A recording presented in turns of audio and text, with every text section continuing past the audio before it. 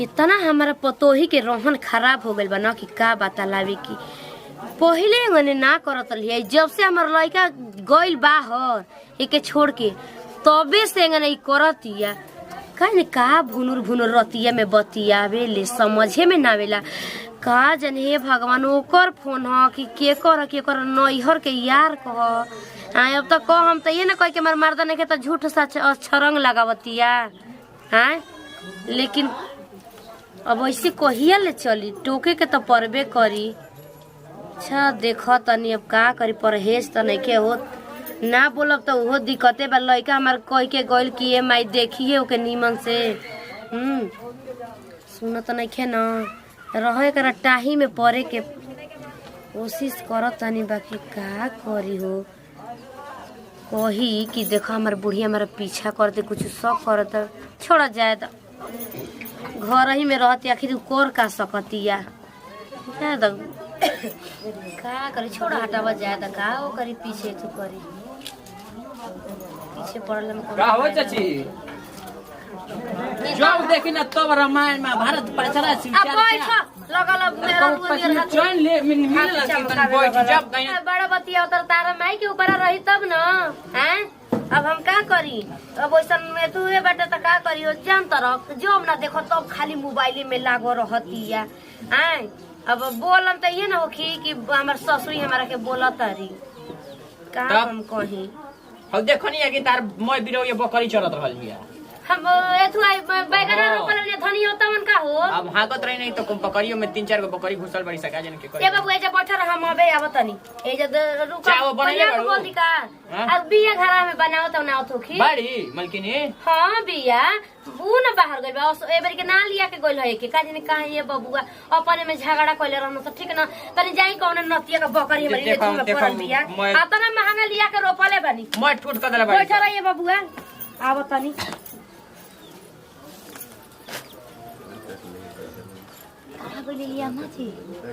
आमाजी गुली घामा आरगवा ने आई बढ़िया ई बताई के का करत रहनी रो इतना घबरा गइल बनी मिले खातिर कहलू कि भोरे हम फोन करब अम्माजी जाइन बाजार काजन कौन के बाजार करे आ वही घर ले फोन करत तनी फोन व्यस्त बताओ ता तो कबो शिव बताओ ता बुढ़िया घरवा में न रहलिए बुढ़ कुकुनी जातो न रहलिए ओकर के इंतजार करत रही हम कोई सन आदमी बानी कि तार के मिले खातिर 1 मिनट ना 1 पल सेकंड कहला तोना में विदा कर दी अरे तो रो लइका होई जान गनी चरतिया भई चरतिया अच्छा के सुनी ना सोही के बकरिया भैंसे चढ़त रही माने तार के बकरिया में भई चरतिया हमार त जे धइले भाई जा उड़ती चिड़िया फुरगुदी नाचता एकदम से घबरा गेल बनी का मिले खातिर अच्छा कुछ लिए पहले खिए मन मीठा करो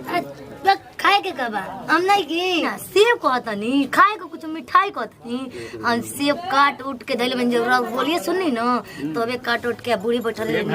के देखिए सेब काटिए के धइले बन देखी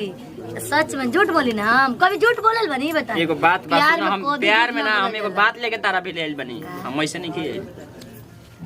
की बताओ कहां जी कि माने तू हमरा के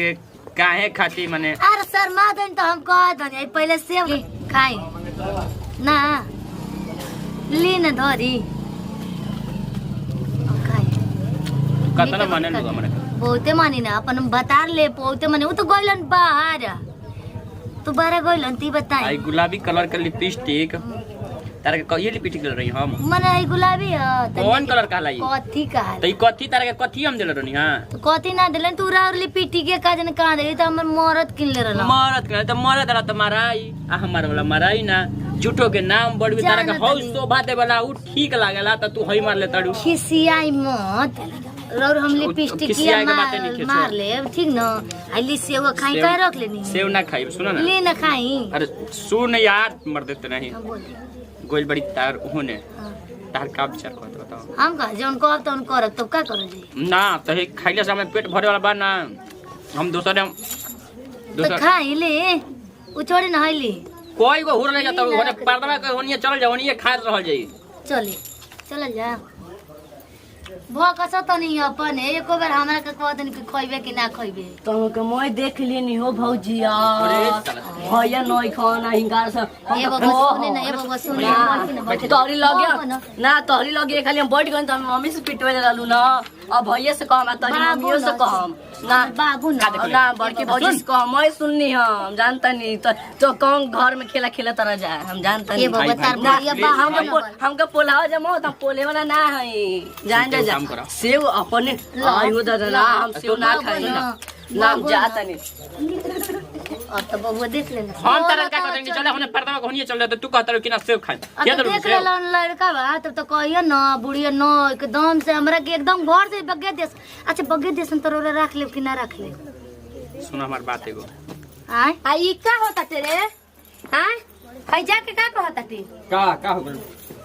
कि मुंह में से आओ सब खाओ। माने है निमन का आओ कहता चाची, ना का तो कहता कौनो ना। गोतरी लाज रे के भतार के भेज दल बाड़ी बाहर आ बैठ के जे मुंह में सेव डाल के खियाओ तरी कोहा तरी की देवर हनी सेव खाली एक दिन लगे बैठल रहनी ना अच्छा, त छुमे इधर रहल से आवत रहली आ देखत न भैया न एखन त दूसरा के घर हम में बोला का लाइका वाला रास्ता बाहर लागत रहे आय का कुछ सब अरे पागल जा काम ना करता है भइल बड़ा एक दिन बैठल लगे त पिटवैले रहली ई कोनो बात ना भइल बाबा सुन लो जे अवस्था चुप रहो ई कोनो बात ना भइल कि घर में केहू देखा त बैठ के तू मुंह में सेव खियावे तू खियावा और तो ठीक ना भौजाई हड़ी चाची त लो तार ये रह नहीं तो कहे कि तारा घरे हम ना आई भौजाई हड़ी अब देख निमन बात कहत नहीं तो हम ही नहीं कहत ना कि घर ना ऐसा तनी तोरा कुछ बुझाला है में कहम कदम सेव नहीं खेत कुछ देखले अरे तब हमें ना कहनी जे के ही मुंह में सेव खियावे ले आज मान लो कि हम देखत ठीक बा ठीक बा, दू चार चाची। आदमी देखी त बाउरे ना सोची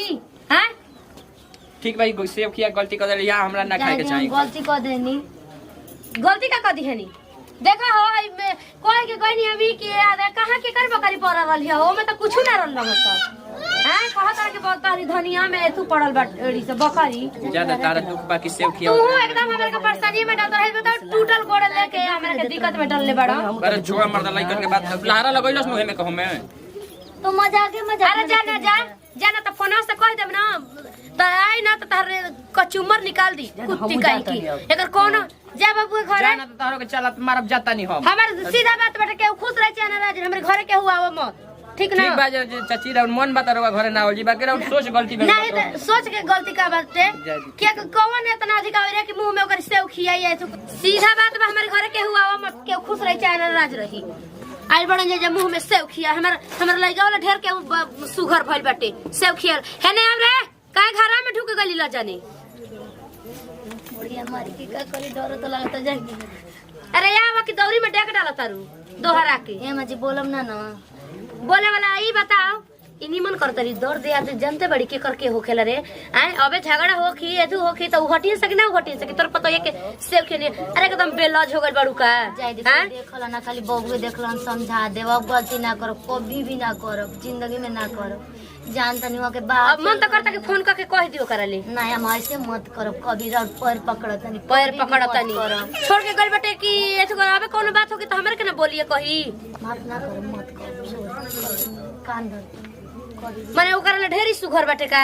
जानता नहीं रह ना मजाक कर नहीं वहां के नहीं कोई बने कोई होइए के अरे हम का जानता नहीं कि मजाक करतरू कि सही में करतरू तार रहनियो तो उहे ना बाटे छे छड़पन कुल हैं नया मजाक यही रहनी से हमरा पूछा था कि बाहर ना लिया के गइल हसु जन गलती कर देन तो कर देनी अब कब जिंदगी में ना करत गलती हम देखा कोई फोन कह देता नहीं आवेला ना त मुअली का मार मारी ठीक ना जैसे माई अपन बेटी के दिल के बात छिपा लेली सन वैसे अपन बेटी जान के हमरो चला छुपैते ना बानी का करतनी फिर अब ऐसन मत करी हो न तो कहिए तनी का करतनी तू गलती कइल करा हम माफ कइल करी जाय दी गुस्सा छोड़ी चली खाना खा ली खाना खा ली खूब खाना खिया तो खिया ला मानी ना अपन मातारी जैसा मानी ना एगो बात ना छिपा वैसे ना खिना कहत ना तो जे कह दे ना तो ये तो अरे लातावा धइल मुंह